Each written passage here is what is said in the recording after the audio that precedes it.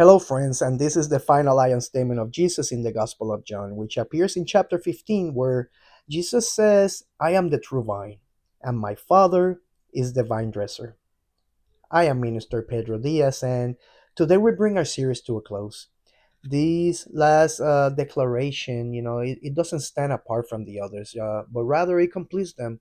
Each earlier I am statement, reveal a dimension of his work and nature, and now he uses an image that gathers them all into a living reality.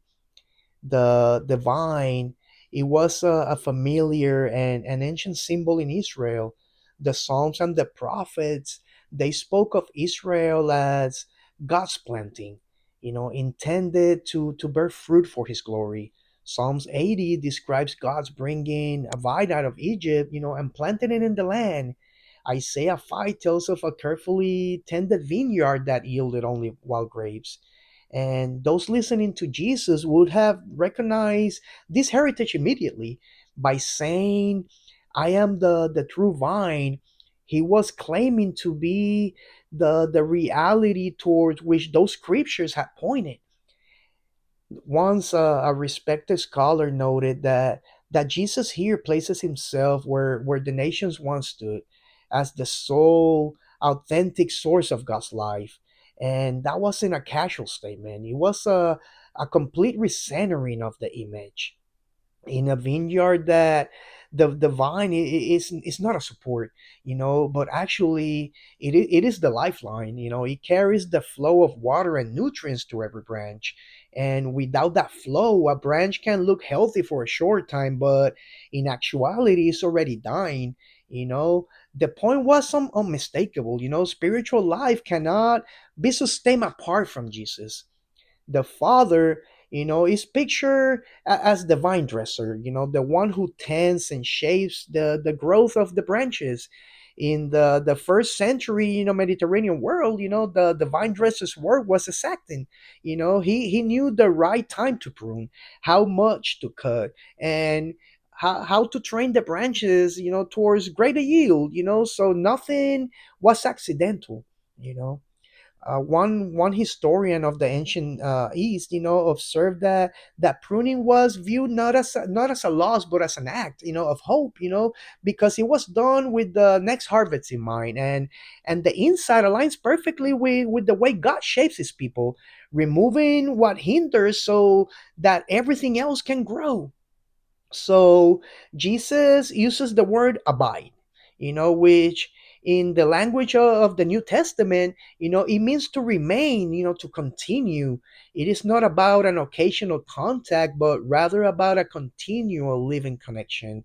And people in Judea knew that once a branch was cut out from the vine, it began to lose life immediately. That everyday, reality gave way to his words.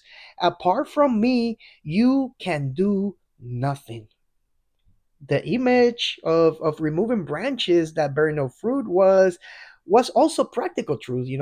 Farmers did not let unproductive branches remain. They drew strength away from those that could yield a harvest. And the fruit, Jesus speaks of is more than outward acts. It is the visible evidence of a changed heart. Qualities such as love, joy, and peace grow in those who remain in him, just as grapes grow in naturally, from a healthy branch. So pruning, can be uncomfortable and perhaps even painful, but just as every vine worker knows, the goal is not to harm but to strengthen. And a Bible commentator noted that in this passage, pruning is as much about potential as it is about present growth.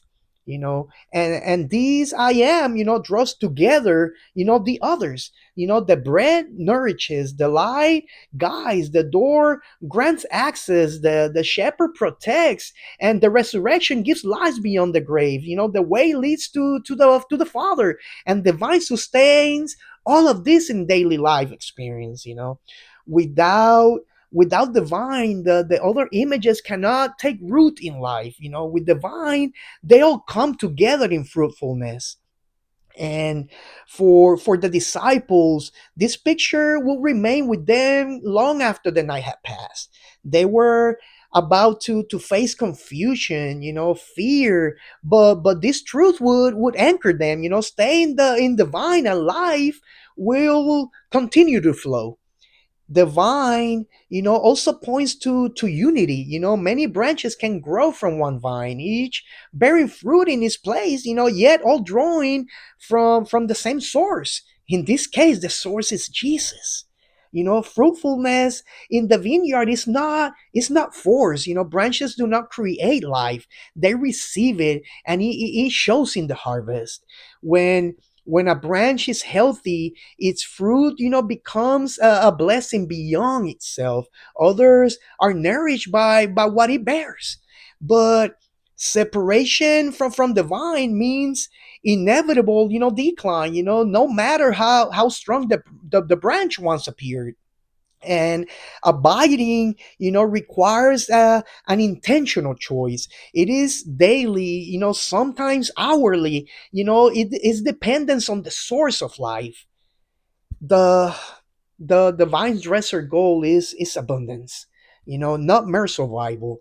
Every cut and every season is aimed at the harvest. Periods of pruning are often, the prelude of the most fruitful seasons. The loss is temporary, and the increase is very lasting. When these words were spoken, it was during Passover, which is a time when Israel remembered God's rescue and covenant care. The moment could not have been more charged with meaning. The disciples' future ministry would depend entirely on this truth. Without it, their efforts would be empty. For us today, the lesson is the same. Talents, plans, and the energy, they cannot replace the life that comes from abiding in Christ. Fruit that remains brings glory to the Father, and shows that we belong to Him. Jesus, he said they were chosen and appointed to bear fruit that would last. That remains his purpose for every branch today, for every single one of us. Abiding produces stability in storms, strength in trials, and consistency in witness. Even when circumstances appear barren, the life of the vine still flows unseen, preparing the next season of growth. The harvest from a healthy branch extends beyond itself, touching others and multiplying the blessing. The early church, they understood this. That their resilience in persecution flowed from their continual connection to Christ. And our call, is not different. Is stay in the true vine. Trust the vine dresser's work, bear fruit that will endure. The call of this final, I am, is clear. Life, strength, and lasting fruit are only possible through an unbroken connection to Christ. Every season, whether marked by pruning or by abundance, is guided by divine dresser hands, with the harvest in mind. As we remain in the true vine, we do not simply endure. We grow, we bear fruit, and we glorify the Father through lives that reflect His work. These, brothers and sisters, are truth unshaken. God bless.